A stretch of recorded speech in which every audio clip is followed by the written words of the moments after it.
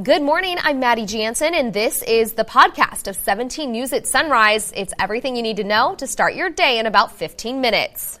In the spirit of the Golden Empire, this is 17 News at Sunrise. Good morning. 2 hit-and-run accidents leave one man dead and another hospitalized on New Year's Day. What happened and who police are now searching for? The city of Bakersfield wants to hear from you once more about the development of a new homeless center, where and how. You can weigh in and express your opinion. And one of the most compassionate couples in our community helped ring in the new year by helping those who are less fortunate. A look at the warm meal and kindness just ahead on this Thursday morning, January 2nd.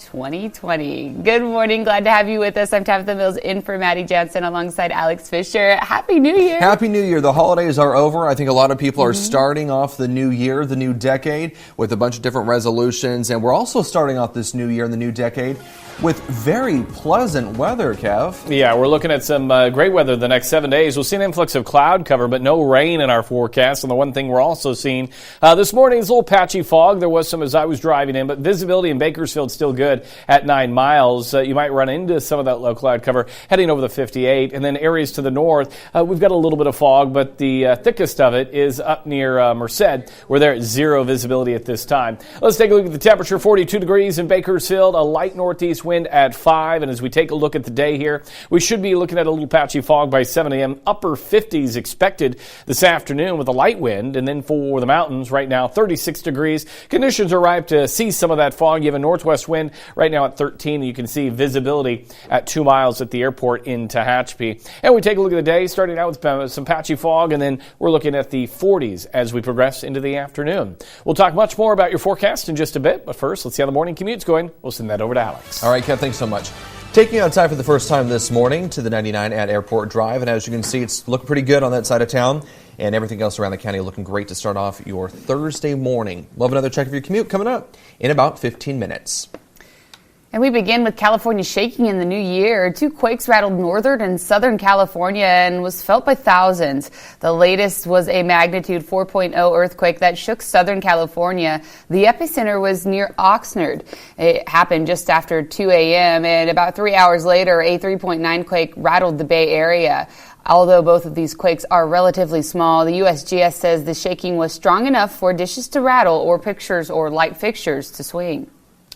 Reckless gunfire comes with consequences. Bakersfield police were able to track down and arrest an 18-year-old they think is responsible. More than 35 shots were fired at a home on V Street on New Year's Eve. It happened between 10 and midnight.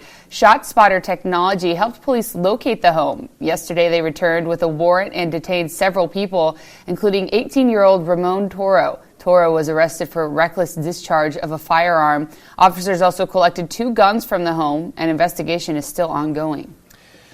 The murder trial for the former elementary school principal accused of killing her husband, Todd Chance, is set to resume this morning. Authorities charged 52-year-old Leslie Chance with the murder after her husband was found dead in an almond orchard in August 2013. Prosecutors say she planned her husband's killing after discovering he'd renewed a relationship with a woman he was engaged to years ago. If Chance is found guilty of first-degree murder, she faces life in prison. The trial is expected to finish in 3 to 4 weeks. After new details emerged in the case of the Bakersfield Three, today Matthew Queen is due in court. On Christmas Eve, Kern County prosecutors filed 6 new felonies against Matthew Queen. Queen is an ex-boyfriend of Bailey Despot, a woman who went missing in April 2018. Both also knew Micah Holsenbake, who disappeared that year as well. Despot is still missing, but Holsenbake's arm was found in the Kern River. To be clear, Queen has not been named a suspect in either case, but he has been in custody since July, now facing 19 total charges for weapon crimes, assault, and kidnapping. Before Bailey disappeared, court documents say Queen forced a woman into an orchard and pointed a rifle at her head. The woman told investigators Queen demanded to know if Bailey had been faithful to him. A man is accused of fighting off firefighters who were trying to get him out of a burning building. The county fire department was called to Normandy Drive off Niles Street after a fire broke out inside the home. The sheriff's office says the man inside barricaded himself in the home. 2 firefighters were hurt getting him outside. KCSO and Bakersfield police were called in to bring the man into custody. He has been identified as Patrico Ork. He's now facing several charges of assault against a peace officer. No word yet on what caused the fire or why the man didn't want firefighters inside.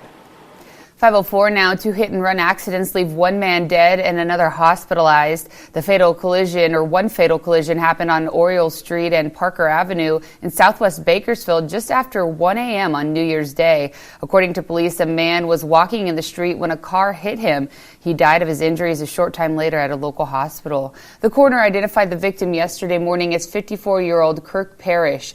BPD says the suspect's car is possibly a black and gray Dodge Charger or Challenger.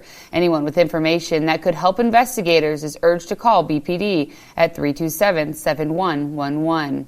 The second hit and run happened on Coffee Road near Stockdale Highway. According to BPD, an SUV hit a motorcycle during an unsafe lane change. The driver left the scene and was later found at a nearby restaurant and arrested. The motorcyclist was rushed to the hospital where he is reported to be in critical condition. The driver, 40-year-old Trumonica Fields Johnson, now faces 2 felony charges for the crash.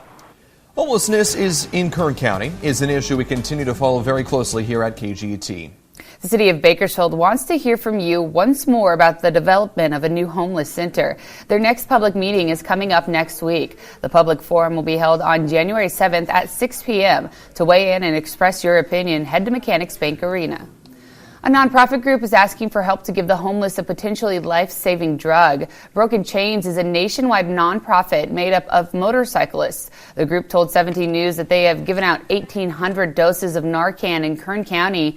Narcan is a nasal spray used to revive people suffering from an opioid overdose. It's carried by local first responders, and the group says they have saved at least 10 lives, but they're calling for volunteers to help distribute the drug, especially to the homeless. You can learn more from their website, brokenchainsjc.com.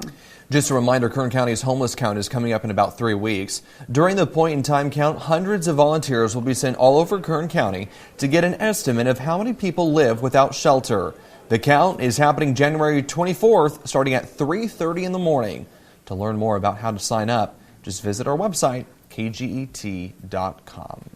It's 2020, and for some that means dry January. Yeah, what exactly that means and how many people are hoping to get on that trend.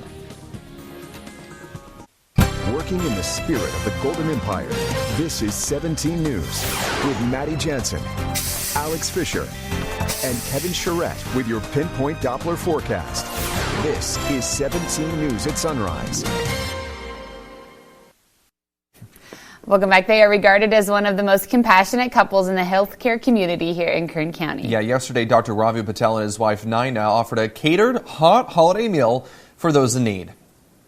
This is an event not related to Comprehensive Blood and Cancer Center. It's more related to what we want to do for the community. For the 17th straight year, the Patels, along with volunteers from the Comprehensive Blood and Cancer Center, rang in the new year with compassion and comfort for the homeless and the disadvantaged here in our community, serving up a hot meal and giving out gifts like jackets and sweatshirts, hygiene kits, and other items to help attendees get through the winter months. And so we thought that, why don't we start an event where those who are less fortunate have a good start and an inspirational beginning for the new year, can celebrate the new year with the feeling that there is hope. More than 500 people attended and enjoyed the annual event. CBCC partnered with a number of local faith-based and nonprofits to offer comfort and compassion to the needy here in our community. Pasadena hosted the 131st annual Tournament of Roses parade yesterday under sunny skies, and inside the flowery procession was a tribute to a local donor family.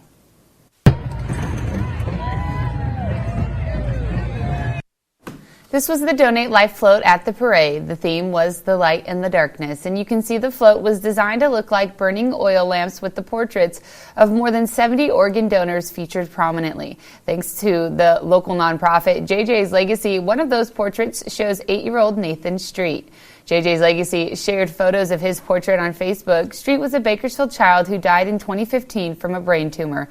His family donated their son's tissue for research so scientists can use the knowledge that they learned from that tissue to help save lives. That's such a special and unique tribute. Here at home, dozens of intrepid swimmers braved the brisk temperatures and took an icy plunge into 2020.